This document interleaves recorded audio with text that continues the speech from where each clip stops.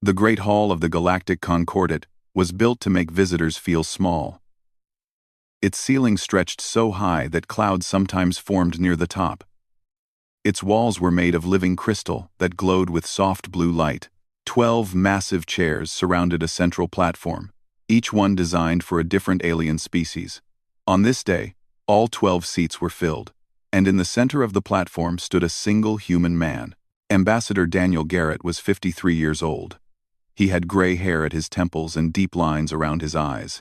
He had spent 20 years of his life building bridges between humanity and the alien races.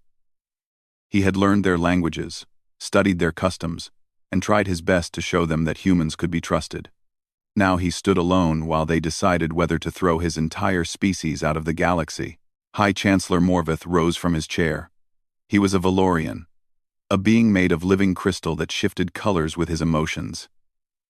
Right now he glowed a deep, satisfied purple. His voice rang through the hall like glass bells chiming. The Council has reached its decision. Humanity is hereby expelled from the Galactic Concordat. You will return to your home system. A barrier of energy will be placed around your solar system. You will not leave until we decide you have learned to be civilized. Daniel did not react. He had known this was coming. The vote had been taken 3 days ago. 11 species voted to expel humanity. Only the Cathari had voted to let them stay, and only because humans had saved a Cathari colony from a meteor strike 10 years ago. The Silvani delegate spoke next. She was tall and thin, with bark-like skin and leaves growing from her head instead of hair. Her voice was soft, like wind through branches. You must understand, Ambassador. Your species frightens us. You breed so quickly, you spread so fast. In just 200 years you went from your first space flight to colonies on 40 worlds. No species has ever expanded so rapidly. We are adaptable, Daniel said calmly. We see that as a strength. We see it as a threat, the Silvani replied. The Morvathi delegate leaned forward. He was a massive creature with 4 arms and skin like rough stone. His species had been part of the Concordat for 10,000 years. They considered themselves the wisest of all races. It is not just your growth that concerns us, it is your violence. In the last century alone, you have fought 17 internal wars. Your entertainment glorifies combat. Your children play games about killing. You celebrate warriors and soldiers as heroes. Daniel wanted to argue. He wanted to point out that humans also celebrated doctors and teachers and artists. He wanted to explain that their capacity for violence was matched by their capacity for love and sacrifice and kindness. But he had made these arguments 100 times already. They never listened. Your species developed nuclear weapons before you developed space travel, Morveth added. You created the ability to destroy yourselves before you could even leave your planet. What kind of species does that? A species that survives, Daniel said quietly. A species that faces its worst nature and finds ways to overcome it. We have not destroyed ourselves. We have learned from our mistakes. Have you? Morveth's crystal form flickered with orange doubt. Your military vessels carry weapons that could crack planets. Your soldiers train in techniques designed to kill as efficiently as possible. Even your scientists search for more effective ways to wage war. Daniel took a deep breath. He looked around the Great Hall at the 12 species who had decided humanity was too dangerous to keep. He saw fear in their alien eyes. He saw disgust. He saw relief that they were finally getting rid of the troublesome humans. May I speak freely? He asked.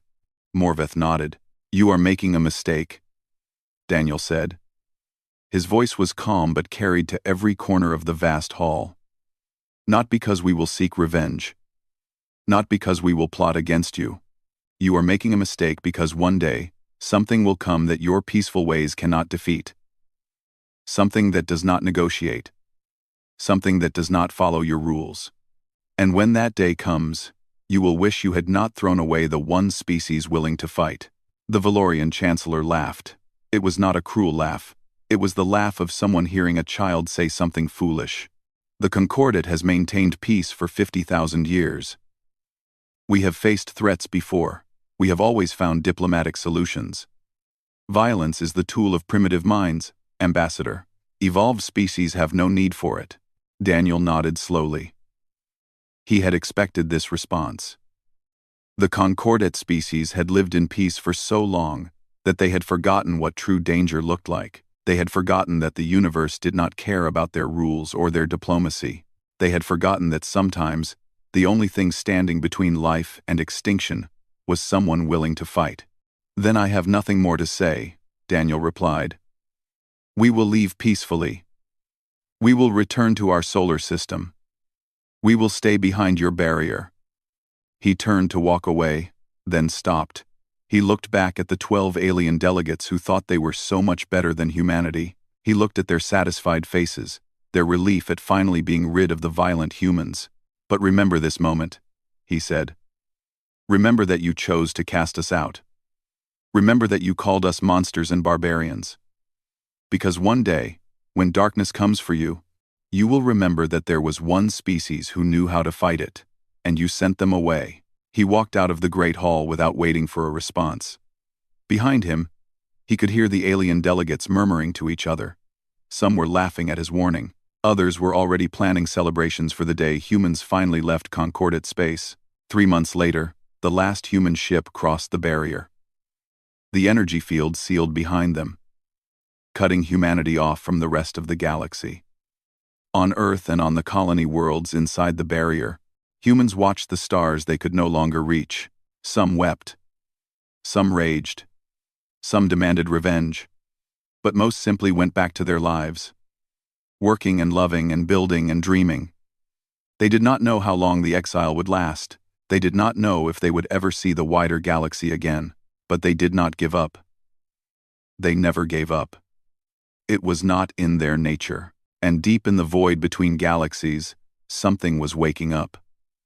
Something old and hungry, and utterly without mercy. Something that would make the Concordat wish they had never heard the word expulsion, but that was still many years away. For now, humanity was alone, and the galaxy believed it was finally safe.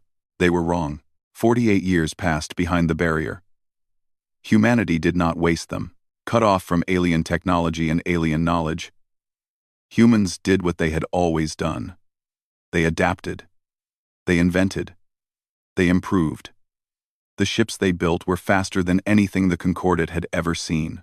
The weapons they created were more powerful than anything the peaceful aliens had ever imagined. And the tactics they developed would one day save the galaxy. Captain Natalie Vance stood on the bridge of her ship, the Defiance, watching the barrier shimmer in the distance. She was 41 years old with short brown hair and eyes that had seen too much training and not enough real action. Her crew called her the Ice Captain because she never seemed to lose her calm. But inside, she burned with the same frustration every human soldier felt. They had been training for a war that never came, preparing for an enemy that did not exist. The barrier kept them trapped like animals in a cage, and there was nothing they could do about it. "Captain," her sensor officer called out. His name was Kevin Shaw, a young man barely 25 years old. "I am picking up something strange." Natalie walked over to his station. "What kind of strange?" "Signals from beyond the barrier. Distress calls. Hundreds of them." Kevin's face had gone pale. "They started about an hour ago and they have not stopped." Natalie frowned.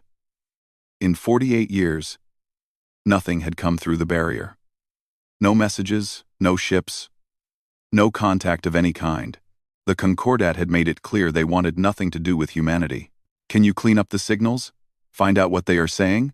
Kevin worked at his console for several minutes. When he finally played the message, Natalie felt her blood run cold. It was screaming. Pure, absolute terror captured in alien voices. She heard words in Valorian, in Sylvani, in languages she did not recognize. But she understood the meaning. Something terrible was happening on the other side of the barrier. "Get me command," she ordered. Now, within an hour, every human ship near the barrier was receiving the same signals. Within a day, humanity's leaders were gathered in emergency sessions across Earth and the colony worlds. Within a week, they had pieced together what was happening. Something had come from the void between galaxies. The Concordat called them the Vorthari. No one knew where they came from or what they wanted. All anyone knew was what they did. They consumed. The first Vorthari ship had appeared near a small Valorian colony. The colonists tried to communicate. The Vorthari did not respond. They simply descended on the planet and began feeding. They stripped the world of every living thing, every resource, every drop of water and breath of air. When they were done, nothing remained but bare rock. Then they moved to the next world. And the next. And the next. The Concordat tried diplomacy. They sent messages of peace and offers of friendship.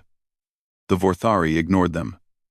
They tried economic pressure, cutting off trade routes and resources. The Vorthari did not care about trade. They tried threats and warnings. The Vorthari did not understand fear. Finally, the Concordat tried war. But they had spent 50,000 years avoiding conflict. Their weapons were weak. Their tactics were poor. Their soldiers did not know how to fight an enemy that would not negotiate. The Vorthari cut through their defenses like fire through paper. Captain Natalie Vance watched the reports come in day after day. The Valorian homeworld fell. 3 billion lives gone in a single week. The Sylvani forest worlds burned. The great trees that had stood for millennia were reduced to ash. The Kothari hive ships, massive vessels that had traveled the stars for 10,000 years, were torn apart and devoured. One by one, the great species of the Concordat were being destroyed, and behind the barrier, humanity could do nothing but watch. Then the message came. It arrived on a Concordat frequency that had been silent for nearly 50 years. The voice that spoke was weak and broken. But Natalie recognized it immediately from the history files. It was High Chancellor Morvith, the same Valorian who had ordered humanity's expulsion. Humans of Earth, this is High Chancellor Morvith of the Galactic Concordat. We require your assistance. Our worlds are burning. Our people are dying. We have tried everything we know, and it is not enough. Please respond. Please help us. The message repeated again and again. Natalie listened to it 3 times before she could believe it was real. Captain? Kevin asked quietly. What do we do? Natalie thought about her grandmother, who had been a young girl when the expulsion happened. She remembered the stories of shame and anger, of a proud species being thrown out like garbage. She remembered the sneering alien faces, the accusations of barbarism, the certainty that humans were too violent to be trusted, and now those same aliens were begging for help. Part of her wanted to laugh. Part of her wanted to let them burn. They had called humanity monsters. They had locked them away like dangerous animals. They deserved whatever was happening to them. But another part of her remembered why she had become a soldier. Not to fight for revenge. Not to prove humanity was stronger. She had joined the fleet because she believed in protecting the innocent. She believed that strength meant nothing if you did not use it to help those who could not help themselves. Forward the message to command, she said finally. And tell them I recommend immediate action. 2. Kevin stared at her. You want to help them? After everything they did to us? Natalie looked out at the barrier, at the stars beyond it where billions were dying while the Concordat's leaders begged for mercy from a species they had despised. They were wrong about us, she said. They thought we were nothing but violence and destruction. They thought we were monsters. She turned to face her crew, her eyes hard with determination. Let us show them what humanity really is. Let us show them that we are better than they ever believed, not because they deserve it, but because it is who we choose to be. The message went to Earth. The debate began. And humanity faced the most important choice in its history. Would they save the species that had condemned them? Or would they let the galaxy burn? The answer would determine the fate of every living thing in the universe. The United Earth Assembly had not seen a gathering like this in 50 years. Every seat was filled. Every screen showed the faces of billions watching from across the human worlds. The air itself seemed heavy with the weight of the decision that had to be made. President Marcus Cole stood at the central podium. He was 62 years old, a tall man with dark skin and tired eyes. He had led humanity through 12 years of peace behind the barrier. Now he had to lead them through the hardest choice they had ever faced. You have all seen the reports, he began. His voice was calm but heavy. The Vorthari have destroyed 7 of the 12 concordate species. 5 remain, hiding on fortified worlds, watching their numbers shrink every day. The same aliens who expelled us 50 years ago are now begging for our help. The chamber erupted in noise. Hundreds of voices shouted at once. Some demanded revenge. Others called for immediate action. Marcus waited until the chaos died down. Senator Amanda Price was the first to speak formally. She was a woman in her 50s with sharp features and sharper words. Her grandfather had been among the diplomats humiliated during the expulsion. She had grown up hearing stories of alien arrogance. They threw us out like trash, she said, her voice cutting through the hall. They called our children dangerous. They said our species was a disease that needed to be contained. For 50 years they left us to rot behind their barrier while they enjoyed their perfect peaceful galaxy. She slammed her hand on her podium. And now they want us to send our sons and daughters to die for them? They want human blood to pay for alien mistakes? I say let them learn what happens when you abandon your friends. I say let them face the consequences of their arrogance. Cheers rose from parts of the chamber. Amanda was saying what many felt. The wounds of expulsion had never fully healed. Generations had grown up knowing they were unwanted by the rest of the galaxy. Admiral Derek Simmons spoke next. He was the commander of the human fleet, a man who had spent his entire life preparing for a war he never thought would come. His face was scarred from a training accident years ago, and his voice was rough like gravel. I understand the anger, he said. I share it. But we need to think beyond our feelings. The Vorthari are not going to stop at the concordate border. Once they finish consuming those 5 remaining species, they will come for us. The barrier will not stop them. Nothing we have seen can stop them. He activated a holographic display showing the spread of Vorthari destruction. Red marks covered most of the galaxy. We can fight them out there, in concordate space, with allies and resources. Or, we can fight them here, alone, with nothing but our home systems to protect.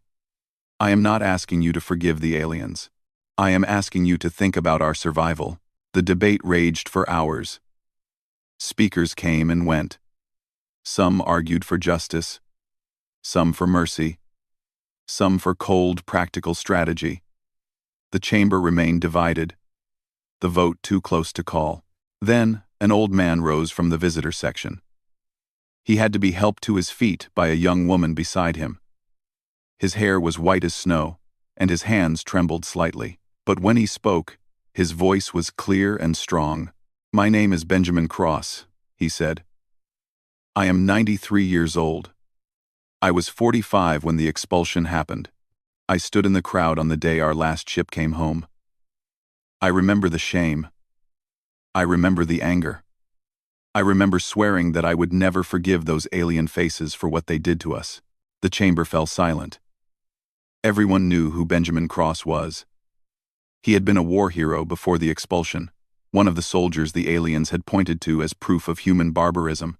For 50 years I held on to that anger, Benjamin continued. I taught my children to distrust aliens. I told my grandchildren stories about how the Concordate betrayed us. I spent my whole life waiting for this moment, waiting for them to need us, so I could watch them suffer. He paused and looked around the chamber. His old eyes were wet with tears. And now that moment is here. Now I could have my revenge. I could watch billions of aliens die knowing they brought it on themselves. He shook his head slowly. But I find that I do not want it, because revenge would not make me feel better. It would make me into exactly what they said we were. He turned to face President Cole directly. They were wrong to cast us out. They were cruel and arrogant and blind. But if we let billions die because our feelings were hurt, then maybe they were right about us after all. Maybe we really are the monsters they feared. His voice grew stronger. I have spent 50 years being angry. I do not want to spend my last years being ashamed. We are better than this. We have always been better than this, not because we are perfect, but because we choose to be good even when it is hard. Especially when it is hard. Benjamin Cross sat down heavily. The young woman beside him held his hand. The chamber remained silent for a long moment. President Cole stepped forward. The floor is now closed for debate. We will vote on whether to send aid to the Concordat species. The votes were cast electronically.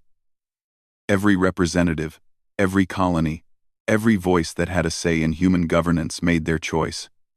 The numbers flashed on the central display as they were counted. The final tally was closer than anyone expected.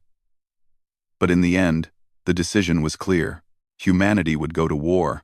Marcus Cole addressed the assembly one final time. We do not do this for forgiveness or gratitude. We do not do this because they deserve it. We do this because when we look in the mirror, we want to see the best of ourselves, not the worst. He straightened his shoulders. Admiral Simmons, you have your orders. Take our fleet through the barrier. Save as many as you can. And show the galaxy what humanity is truly made of. Across the human worlds, soldiers began preparing for the fight of their lives. They checked their weapons, said goodbye to their families, and boarded ships that would carry them into the unknown. They were afraid. They were angry. They were uncertain, but they were human. And humans never backed down from a fight that mattered. The barrier fell the next morning, and humanity returned to the stars. The first human fleet to enter Concordat space in 50 years emerged from the fallen barrier like thunder breaking through clouds. 200 warships moved in perfect formation, their hulls gleaming with weapons the peaceful aliens had never imagined. At the head of the fleet flew the Defiance, carrying Admiral Natalie Vance and the finest crew humanity had ever assembled. Commander Ryan Torres stood at her right side. He was a stocky man with kind eyes that hid a tactical mind sharp as any blade. Weapons Officer Katie Marshall monitored her systems with steady hands. Chief Engineer Lucas Grant kept the ship running at peak efficiency, despite pushing it harder than regulations allowed. They were ready for war. What they found was apocalypse. The first Concordat world they reached was nothing but bare rock. The Vorthari had stripped it clean. No buildings remained, no plants, no water, not even bacteria in the soil. The planet had been consumed down to its bones. Admiral Vance ordered the fleet to move faster. They found survivors on the fourth world. A group of Sylvani had hidden in underground caves, surviving on stored supplies while the Vorthari passed overhead. When they saw human ships descending from the sky, they screamed in terror. They think we are here to finish them off, Ryan Torres observed grimly. Then we show them otherwise, Natalie replied. She ordered medical teams to the surface and supplies to be distributed. The Sylvani watched in confusion as humans bandaged their wounds and shared their food. No one had shown them kindness in months. Word spread quickly through the remaining Concordat populations. The humans had returned. Not for revenge. Not to conquer. They had come to fight the Vorthari. High Chancellor Morveth met the human fleet at Valoria Prime, the last major stronghold of his species. He looked nothing like the proud figure who had ordered humanity's expulsion 50 years ago. His crystal body was cracked and dim. He moved slowly, as if every step caused pain. When he saw Admiral Vance, he lowered himself into the deepest bow a Valorian could perform. You came, he whispered. After everything we did. After all the terrible things we said. You came. After all the terrible things. Natalie looked at this broken alien who had once called her species monsters. She thought about the anger she had carried for so long. She thought about all the things she wanted to say, all the accusations she wanted to make. Instead, she extended her hand. Show us where to fight. The first battle against the Vorthari came 3 days later. A swarm of their ships descended on a refugee convoy carrying 20,000 Kothari survivors. Human warships intercepted them before they could reach their prey. The fighting was brutal. The Vorthari did not flee or surrender. They did not communicate or negotiate. They simply attacked until they were destroyed. Human ships took heavy damage. 17 vessels were lost in the first hour alone, but humans did not retreat.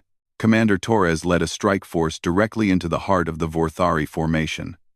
His ship was hit 4 times but kept flying. Weapons Officer Marshall found weak points in the enemy ships that no one else had noticed. Engineer Grant kept critical systems running with nothing but spare parts and determination. By the end of the battle, the Vorthari swarm was destroyed. The refugee convoy escaped safely, and the galaxy had its first victory against the consuming darkness. But it was only the beginning. The war stretched across months and then years. The Vorthari were endless. For every ship the humans destroyed, 2 more seemed to appear. For every world they saved, another fell. The human fleet grew smaller, while the enemy remained vast as the void they came from. Admiral Vance refused to give up. She developed new tactics that kept the enemy guessing. She formed alliances with the remaining concordate species, teaching them how to fight in ways they had never learned. She became a symbol of hope in a galaxy that had forgotten what hope felt like. Lieutenant Katie Marshall made a discovery in the second year of the war. She was studying Vorthari wreckage when she noticed something strange. The enemy ships did not have individual controls. They were all linked together, guided by a single consciousness somewhere far away. They are not separate beings, she reported excitedly. They are extensions of one mind, like fingers on a hand. If we can disrupt the connection, we can stop them all at once. Chief Engineer Lucas Grant worked for 6 months on a device that could broadcast a resonance frequency to disrupt the Vorthari hive mind. It was delicate work. The frequency had to be exactly right, or it would not work at all, and the device had to be placed on the Vorthari command vessel, deep in the heart of enemy territory. It will be a suicide mission, Admiral Vance said when she saw the plan. Whoever takes that device in will not be coming back. Commander Ryan Torres stepped forward immediately. I will do it. Natalie looked at her old friend, the man who had served beside her for 20 years. Ryan, you cannot ask this of your crew. I am not asking, he replied. They already volunteered. Every single one of them. He smiled gently. We did not come here to play it safe, Admiral. We came here to win. Whatever it takes. The mission launched on a Tuesday morning. 12 human ships carrying the resonance device flew directly toward the Vorthari command vessel. The enemy responded with overwhelming force. Ships fell one by one as they pushed deeper into enemy space. Ryan Torres watched his fleet shrink around him. He saw good people die. He felt his own ship shudder under enemy fire. But he did not turn back. Almost there, Katie Marshall reported from her station. Blood ran down her face from a wound on her forehead, but her hands remained steady. Just a little further. The command vessel loomed ahead of them. A massive, twisted thing that pulsed with alien energy. Lucas Grant activated the resonance device.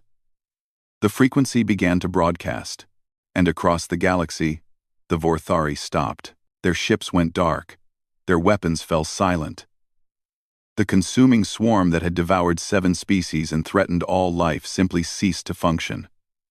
The hive mind that controlled them had been shattered. On the bridge of his damaged ship, Ryan Torres watched the enemy crumble.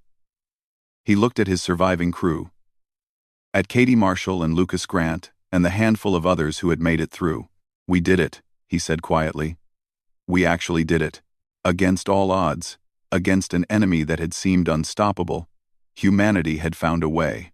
They always found a way. The silence that followed the Vorthari defeat was unlike anything the galaxy had ever known.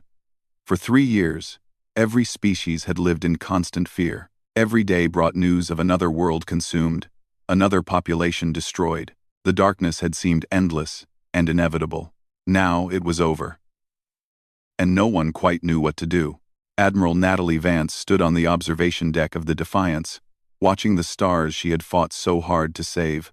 Her fleet had been reduced to less than half its original size. 2 million human soldiers had given their lives in the war. She knew many of their names. She carried their memory like stones in her heart. Commander Ryan Torres limped up beside her. He had survived the final mission, though barely. His ship had crashed on a barren moon after the Vorthari fell. Rescue teams found him 3 days later, half dead from his injuries but still breathing, still fighting. The council has called a gathering, he said. They want to thank us. Formally. Natalie let out a small laugh. 50 years ago, they could not wait to throw us out. Now they want ceremonies. A lot has changed in 50 years. She nodded slowly. He was right. The species that had condemned humanity were almost gone. The Valorians had lost 90% of their population. The Sylvani were scattered across a handful of refugee worlds. The Kothari, the Morvathi, and the tiny remnants of 3 other species had survived only because human soldiers died protecting them. The galaxy would never be what it was. But it would exist. Life would continue. Children would be born who would never know the terror of the Vorthari. And that was worth any price. The gathering took place on Valoria Prime, in the same great hall where humanity had been expelled. The building was damaged now. Its crystal walls cracked and dim. But it still stood. And for the first time in 50 years, humans walked its floors as honored guests. Admiral Vance brought her surviving officers with her. Ryan Torres walked with a cane but refused any other help. Katie Marshall had lost her left arm in the final battle, but had already been fitted with a mechanical replacement that she claimed worked better than the original. Lucas Grant looked older than his years, worn down by the endless work of keeping ships flying and soldiers alive. They were joined by hundreds of other human soldiers, the survivors of 3 years of impossible warfare. They filled the great hall with their presence, standing proud and unafraid where their ancestors had once been judged unworthy. High Chancellor Morvath addressed the assembly. His body had been repaired with human medical technology, though the cracks in his crystal form would never fully heal. He spoke slowly, carefully, choosing each word with obvious effort. 50 years ago, this council made a terrible decision. We looked at humanity and saw only their capacity for destruction. We saw their weapons and their wars and their willingness to fight. We concluded that they were dangerous, primitive, unworthy of standing among civilized species. He paused and looked directly at Admiral Vance. We were blind fools. The chamber fell silent. A Valorian chancellor admitting error was almost unheard of. A Valorian chancellor calling himself a fool was something that had never happened in recorded history. We did not understand what we were seeing, Morvath continued. When we looked at human violence, we should have seen courage. When we looked at human stubbornness, we should have seen determination. When we looked at human soldiers willing to die for strangers, we should have seen the greatest virtue any species can possess. His voice grew stronger despite his damaged form. We called them barbarians because they knew how to fight. We called them monsters because they were willing to sacrifice themselves for others. And when the true monsters came, when the darkness fell upon us, those same barbarians crossed the stars to save us. Those same monsters gave their lives to protect species that had shown them nothing but contempt. Morvath lowered himself into the deepest bow his damaged body could manage. Around him, the other alien delegates did the same. Valorian, Sylvani, Kothari, Morvathi.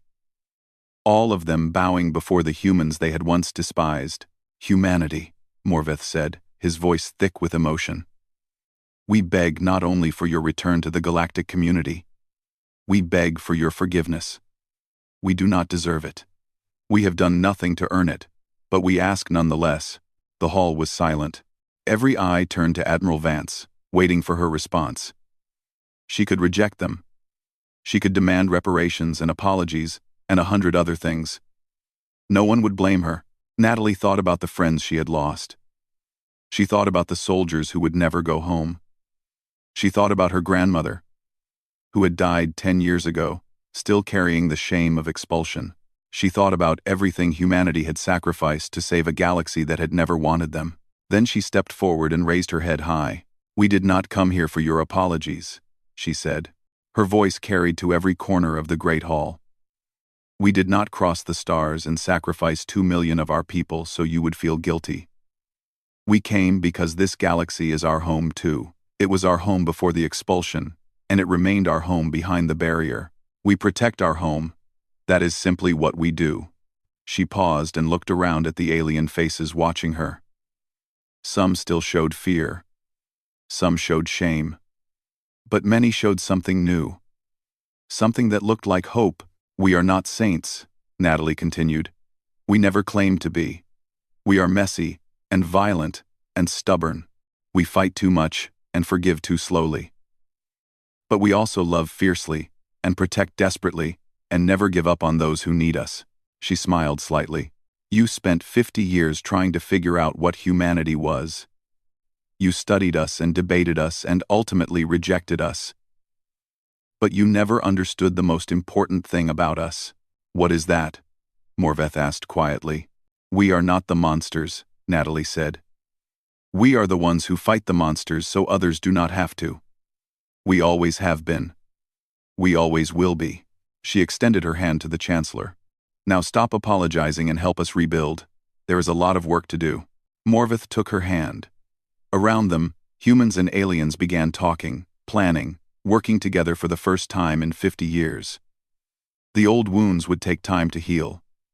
Trust would not come easily, but it would come, because the galaxy had finally learned what humanity had always known. Some things were worth fighting for. Some people were worth saving. And sometimes, the greatest strength was not knowing how to destroy. It was knowing when to protect. The war was over. The darkness had passed. And in the light of a new dawn, humanity took its rightful place among the stars, not as monsters, not as barbarians, as protectors, as warriors, as the stubborn, impossible, wonderful species that had saved the galaxy despite every reason not to. And this time, no one would ever ask them to leave.